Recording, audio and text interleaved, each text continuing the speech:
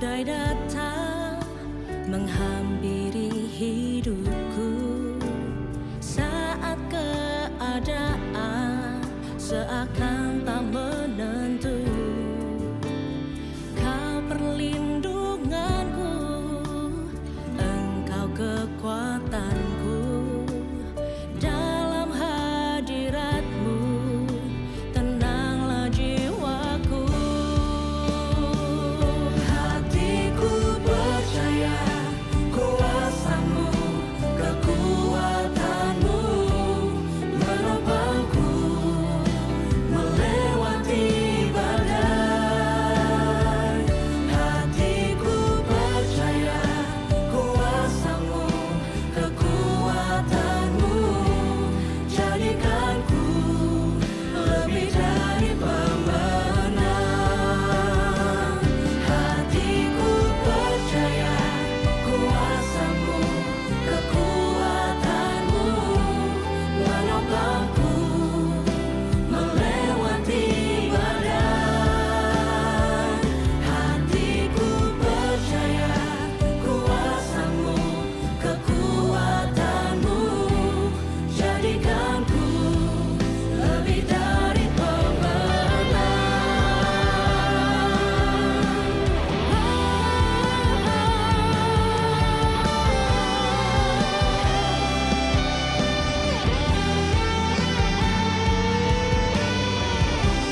Saat badai datang, silih berganti dalam hidupku.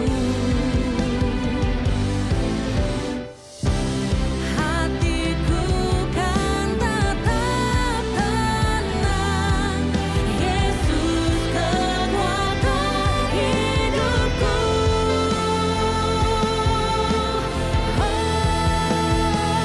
Hatiku percaya kuasa-Mu, kekuatan-Mu menopangku melewati badai.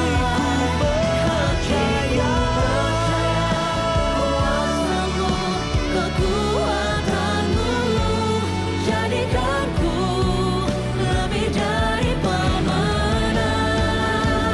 Hatiku percaya kuasa-Mu, kekuatan-Mu jadikanku lebih dari pemenang. Jadikanku lebih dari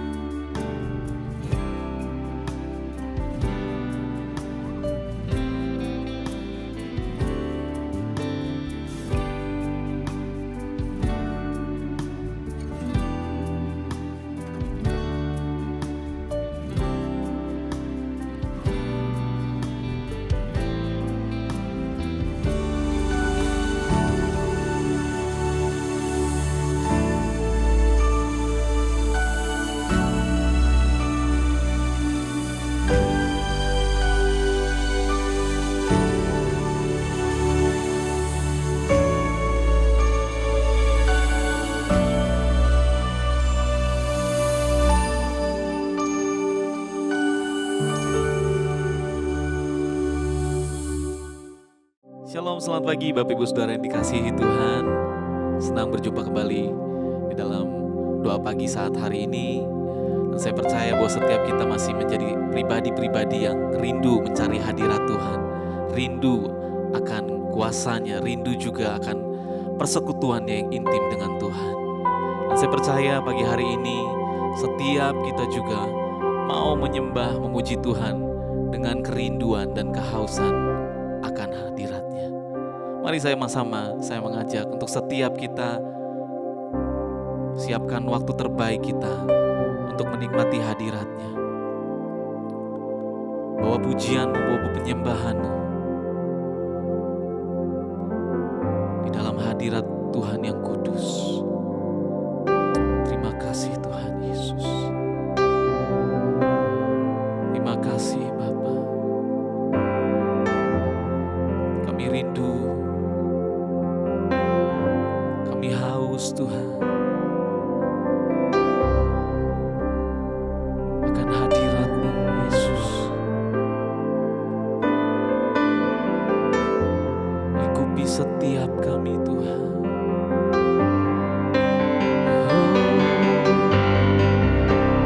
Ini rindu kami Tuhan.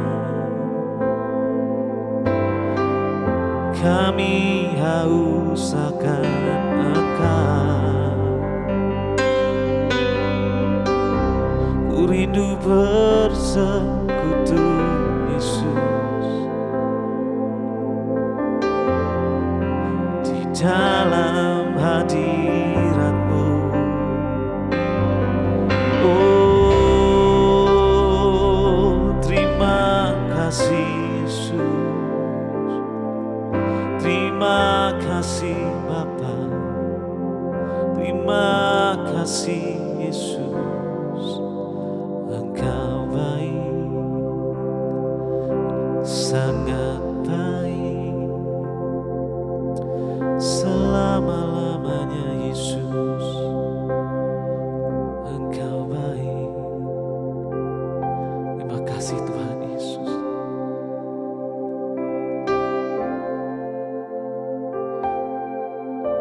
Satu hal yang ku rindukan ya Tuhan, selalu berada di dekat-Mu dengan segenap hati, dengan segenap jiwa. Ku menanti di hadirat-Mu. Satu hal yang ku rindukan ya Tuhan, selalu berada di dekat-Mu dengan segenap hati, dengan segenap jiwa. Ku menanti di hadirat-Mu.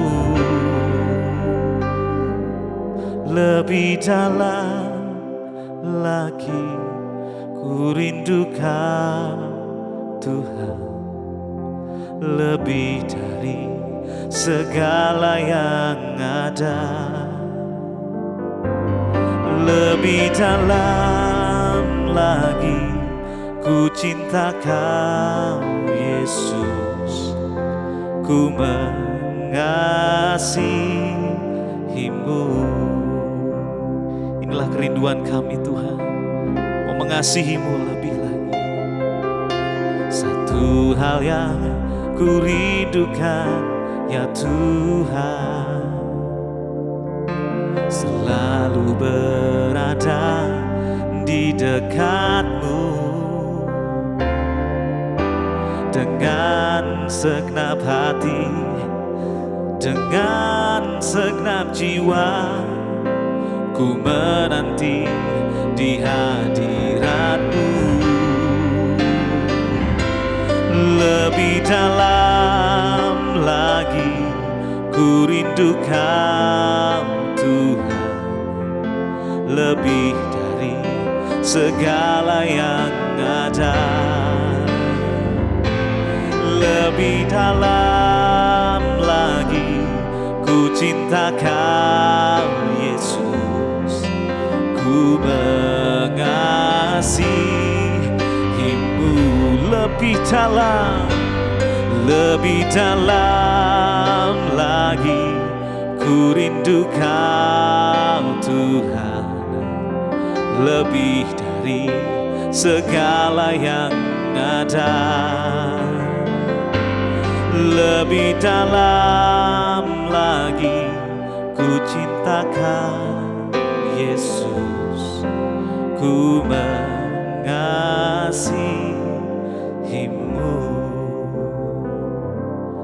Lebih dalam lagi ku rindu Kau Tuhan, lebih dari segala yang ada.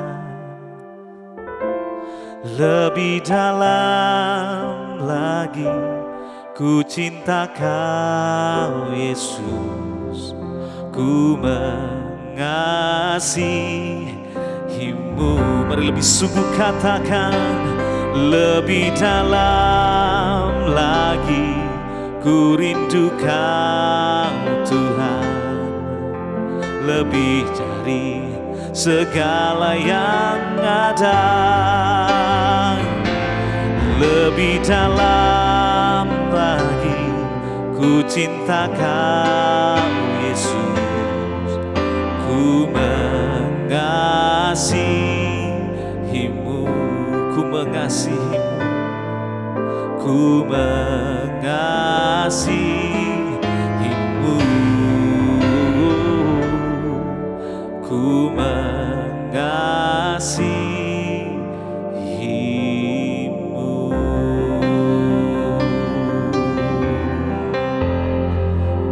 Mengasihimu lebih lagi Tuhan. Oh, ku rindu hadir-Mu di dalam hidupku.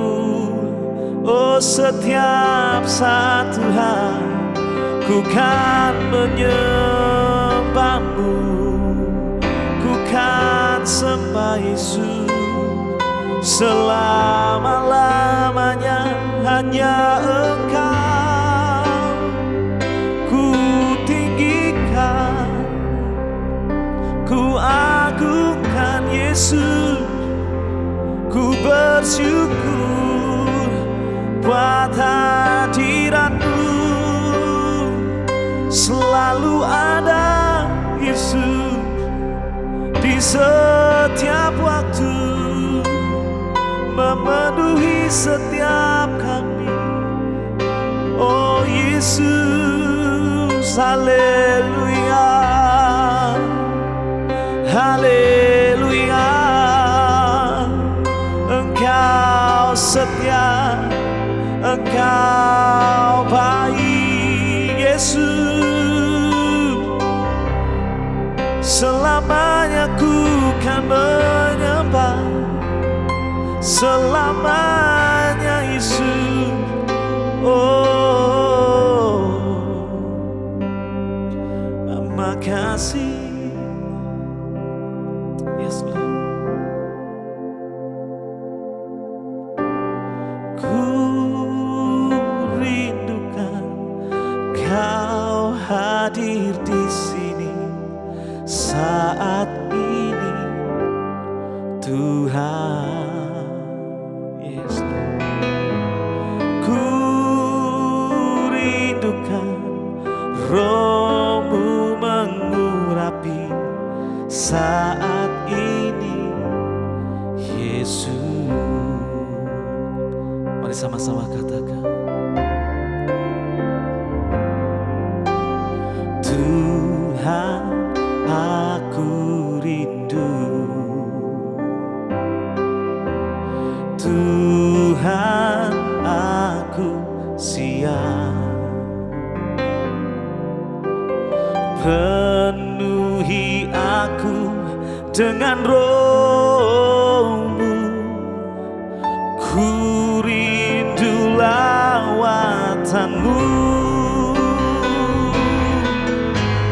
Ku rindukan Kau hadir di sini saat ini, Tuhan.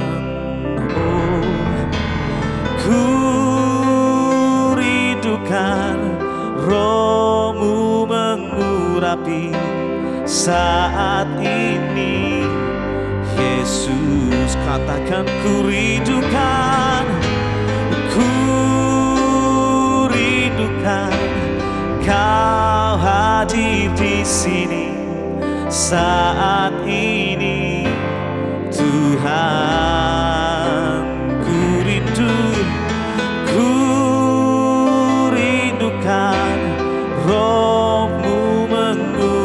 rapi saat ini.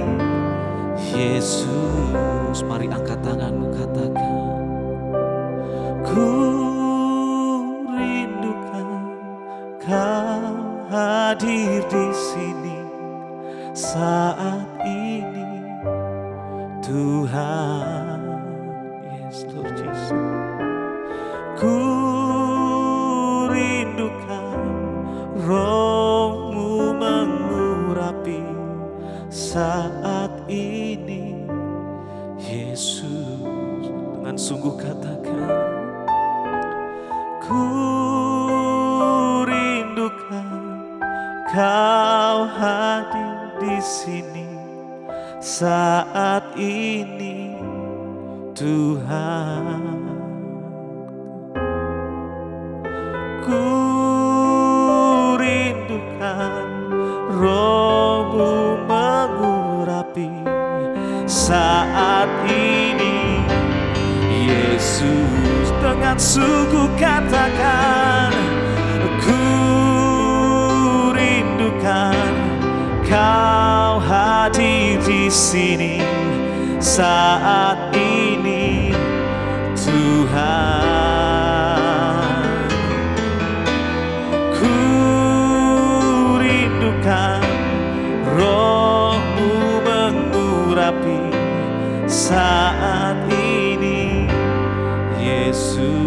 Saat ini, saat ini, Yesus. Saat ini, saat ini, Yesus.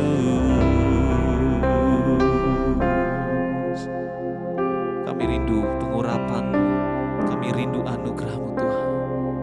Terima kasih Yesus, terima kasih. Amin. Haleluya, Shalom jemaat yang dikasihi Tuhan. Senang sekali saya bisa menyapa Anda di dalam acara doa pagi pada hari ini. Dan biarlah setiap hari kita selalu rindu akan Tuhan dan hadirat-Nya, juga terus belajar akan firman, sehingga firman itu akan menuntun kita pada seluruh kebenaran. Baiklah, pada hari ini saya akan menyampaikan firman dengan judul Suara yang Berseru-seru. Yohanes 1 ayat 19-23 berkata, kesaksian Yohanes tentang dirinya sendiri. Dan inilah kesaksian Yohanes ketika orang Yahudi dari Yerusalem mengutus beberapa imam dan orang-orang Lewi kepadanya untuk menanyakan dia, siapakah engkau? Ia mengaku dan tidak berdusta, katanya, aku bukan Mesias. Lalu mereka bertanya kepadanya, kalau begitu siapakah engkau? Elia? Dan ia menjawab, bukan. Engkaukah nabi yang akan datang? Dan ia menjawab, bukan. Maka kata mereka kepadanya, siapakah engkau? Sebab kami harus memberi jawab kepada mereka yang mengutus kami. Apakah katamu tentang dirimu sendiri? Jawabnya, akulah suara orang yang berseru-seru di padang gurun, luruskanlah jalan Tuhan, seperti yang telah dikatakan Nabi Yesaya. Amin. Saudara sekalian, pagi ini kita akan membahas tentang siapakah Yohanes Pembaptis yang disebutkan oleh Rasul Yohanes di dalam tulisannya ini. Yohanes Pembaptis adalah anak daripada Imam Zakaria, ibunya bernama Elisabet. Keduanya berasal dari suku Lewi, sehingga Yohanes pun adalah suku Lewi, suku imam yang harus melayani Tuhan. Istimewanya Yohanes itu adalah orang yang berkhotbah di padang gurun dan membawa banyak orang kepada pertobatan. Lalu kemudian orang mulai bertanya, apakah engkau Mesias? Artinya Kristus, orang yang diurapi untuk menjadi raja atas Israel yang akan menyelamatkan bangsa pilihan Allah ini. Kenapa mereka bertanya demikian? Karena memang ada orang yang menganggap bahwa Yohanes Pembaptis adalah Mesias yang akan datang. Tapi dengan tegas dia berkata, aku bukan Mesias. Kemudian Yohanes akan berkata, Yesuslah Mesias, tapi aku bukan. Lalu orang bertanya lagi, apakah engkau Elia? Kenapa dia ditanyai apakah Elia? Karena ada nubuatan dalam Maleakhi 4 ayat 5 dan 6 yang berkata demikian. Sesungguhnya aku akan mengutus Nabi Elia kepadamu menjelang datangnya hari Tuhan yang besar dan dahsyat itu. Maka ia akan membuat hati bapa-bapa berbalik kepada anak-anaknya dan hati anak-anak kepada bapa-bapaknya, supaya jangan aku datang memukul bumi sehingga musnah. Saudara, nubuatan ini menunjukkan bahwa Tuhan akan mengutus seorang yang akan membawa pertobatan ketika Mesias itu datang. Nah, Yohanes pun berkata bahwa aku bukan Elia. Nah, ini jawabannya agak aneh karena dalam Matius 11 ayat 14, Yesus sendiri yang berkata, Yohanes Pembaptis adalah Elia yang akan datang itu. Kenapa Yohanes Pembaptis menyangkal bahwa dia bilang dia bukan Elias? Nah, kita harus pahami bahwa Yohanes bilang, aku ini bukan Elia itu sendiri. Aku bukan reinkarnasi Elia. Elia kan pernah diangkat ke sorga, saudara. Yohanes mau bilang, aku ini bukan Elia yang pernah diangkat ke sorga terus datang lagi. Aku kan lahir dari rahim ibuku Elisabeth. Tetapi Yesus membenarkan bahwa dia adalah Elia yang akan datang karena pelayanannya adalah pelayanan yang sama, yang mirip sekali dengan apa yang dilakukan oleh Nabi Elia. Kalau Elia membawa orang Israel kepada pertobatan, tidak lagi menyembah Baal seperti yang diajarkan oleh Ahab dan Isabel, tetapi menyembah Yahweh. Begitu juga Yohanes Pembaptis menyuruh orang bertobat dan mereka kembali percaya kepada Elohim, kepada Yahweh, kepada Allah yang disembah oleh Abraham, Ishak dan Yakub. Dan pelayanan daripada Yohanes ini yaitu meratakan jalan bagi Mesias, bagi Yesus yang akan datang. Jadi dia bukan Elia dalam arti bukan esensinya Elia, bukan reinkarnasinya Elia, tidak. Tetapi pelayanannya mirip dengan Elia, pelayanan pertobatan.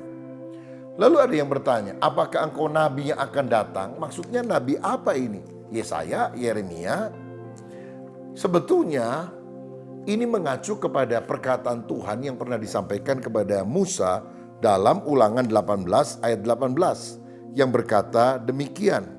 Seorang nabi akan kubangkitkan bagi mereka dari antara saudara mereka seperti engkau ini. Aku akan menaruh firmanku dalam mulutnya dan ia akan mengatakan kepada mereka segala yang kuperintahkan kepadanya. Jadi Tuhan bilang nanti aku akan utus seorang nabi sama seperti engkau. Tetapi saudara sekalian, Yohanes juga berkata bukan. Karena nabi ini perkataannya harus didengar. Kalau tidak didengar, kamu akan dihukum oleh Tuhan. Yang dimaksudkan itu adalah Yesus sebetulnya. Jadi kamu itu siapa? Lalu dengan jelas Yohanes berkata, akulah suara yang berseru-seru di padang gurun. Luruskanlah jalan bagi Tuhan. Ini menunjukkan bahwa Yohanes tidak menarik orang pada dirinya sendiri. Sehingga orang mendewakan dia, mengkultuskan dia. Dia selalu mengarahkan orang kepada Kristus. Yohanes Pembaptis hanyalah penunjuk jalan pada Sang Juru Selamat. Kadang-kadang ada orang kalau khotbah pelayanan hebat, orang suka. Dia menikmati kemuliaan bagi dirinya sendiri. Membawa orang-orang kepada dirinya sendiri. Tuhan mau orang itu ikut Yesus. Bukan ikut hamba Tuhan, ikut pendeta hebat dan sebagainya. Karena semua manusia tidak ada yang sempurna dan bisa mengecewakan. Hanya Yesus yang tidak pernah mengecewakan kita karena dia Allah yang sempurna. Jadi kita harus mengikuti keteladanan dari Yohanes Pembaptis ini. Dia rendah hati. Dia berkata, aku bukan Mesias. Aku ini cuma suara yang berseru-seru. Aku ini cuma penyambung lidah. Aku ini cuma pengantar. Aku ini cuma hamba dari Yesus. Biar aku semakin berkurang-kurang, Yesus semakin bertambah-tambah.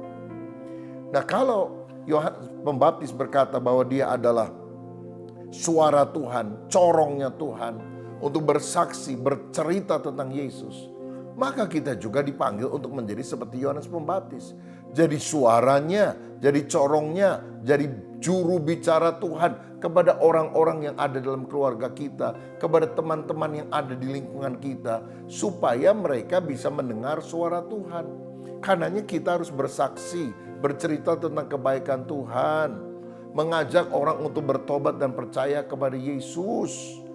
Nah saudara, betapa mulianya orang yang dipercaya oleh Tuhan untuk menjadi juru bicaranya. Dan bagaimana Yohanes Pembaptis ini bisa mendengar suara Tuhan dan menyampaikan kepada orang lain?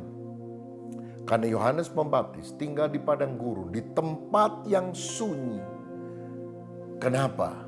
Dia tidak kesepian di sana, tapi dia mengambil tempat yang sunyi supaya bisa bersekutu dengan Tuhan, mendengar suara Tuhan. Setiap pagi mari kita bangun, meneduhkan hati sebelum kita melakukan apapun, mengizinkan Tuhan berbicara kepada kita. Berbicara melalui suara hati kita, berbicara melalui firman yang disampaikan kepada saudara. Tetapi biarlah apapun sarananya, kita mendengar suara Tuhan dan kita menjadi suara yang berseru-seru. Kita menjadi corong bicara Tuhan kepada orang lain, menjadi saksinya. Dengan demikian, hidup kita berguna untuk kemuliaan nama Tuhan. Pagi hari ini maukah saudara mengambil komitmen untuk bersedia berbicara tentang Yesus pada hari ini, minimal kepada satu orang, supaya mereka juga mendengar tentang siapa Tuhan itu. Jika ya, mari kita berdoa bersama. Bapa, terima kasih untuk kebenaran firman-Mu. Kami bersyukur karena Yohanes dipanggil untuk bersaksi, menjadi suara yang berseru-seru. Kami juga mau mulut kami, hati kami, hidup kami dipakai untuk menyaksikan kemurahan Tuhan. Kalau ada anggota keluarga kami yang belum percaya, kalau ada teman-teman kami yang belum beriman kepada Yesus, dalam nama Yesus, kiranya Tuhan jamah hati mereka, agar mereka bertobat percaya kepada Tuhan.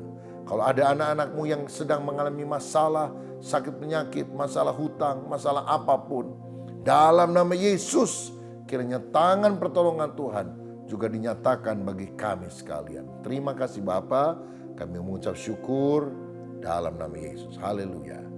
Amin. Sampai jumpa pada besok hari. Tuhan Yesus memberkati kita semuanya. Amin.